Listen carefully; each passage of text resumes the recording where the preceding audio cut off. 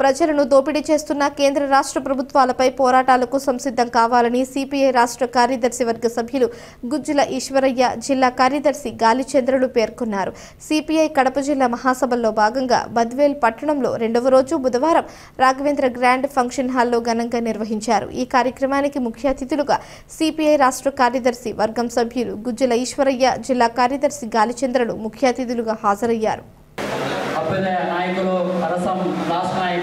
అవలంబించినటువంటి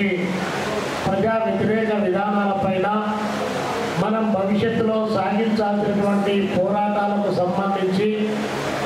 ఆ పోరాటాల రూపకల్పనలో భాగంగానే మనము ప్రతి 3 సంవత్సరాలకు ఒక మారు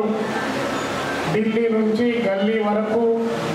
శాఖ మొదలుకొని రాష్ట్ర దేశ స్థాయిలో అన్ని స్థాయిల్లో కూడా మహాసభలు నిర్వహించుకొని ఆ మహాసభల సందర్భంగా దేశంలో రాజకీయ పరంగా ఎలాంటి ఎత్తుగడలు వేసుకోవాలి, దేశ పరిస్థితులు ఏ విధంగా ఉన్నాయి, ఆ పరిస్థితుల్లో మన పార్టీగా మనం ఎలా వ్యవహరించాలి, రాష్ట్రంలో ఉన్నటువంటి రాజకీయ పరిస్థితులు ఏ విధంగా ఉన్నాయి, ఆ రాజకీయ పరిస్థితులకు అనుగుణంగా కేంద్ర రాష్ట్రాల్లో ఉన్నటువంటి రాజకీయాలను సమన్వయం చేసుకుంటూ ఎలా ముందుకు పోవాలనేటువంటి అంశం పైన పై నుంచి కింది వరకు చర్చించుకొని ఒక రాజకీయ నివేదికను ఏర్పాటు చేసుకొని ఆ రాజకీయ నివేదిక పైన చివరిగా సెప్టెంబర్ 20 తారీఖు నుంచి 25వ తారీఖు వరకు పంజాబ్ రాష్ట్రంలో చండీగఢ్లో జరిగేటువంటి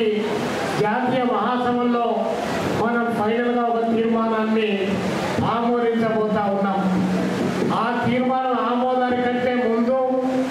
మనము ఇక్కడ అన్ని స్థాయిల్లో కూడా అలాంటి చర్చలు చేసి రేపు ఒంగోలులో ఆగస్టు 23, 24, 25 తారీఖుల్లో రాష్ట్ర మహాసభలు జరిపి ఆ మహాసభల్లో కూడా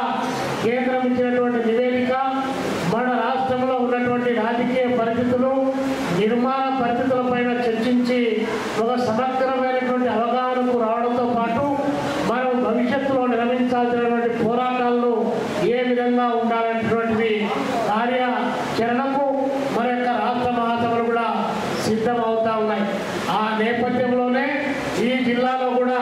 అన్ని నియోజకవర్గాలు, 34 మండలాలు, 4 రెవెన్యూ డివిజన్లు, 6 మున్సిపాలిటీలు, ఒక నగరపాలక సంస్థ, అన్ని ప్రాంతాల్లో మన పార్టీ శాఖలు ఎక్కడైతే ఉన్నాయో అక్కడంతా చిన్న పెద్ద సభలు నిర్వహించుకొని మనం ఈరోజు ఇక్కడ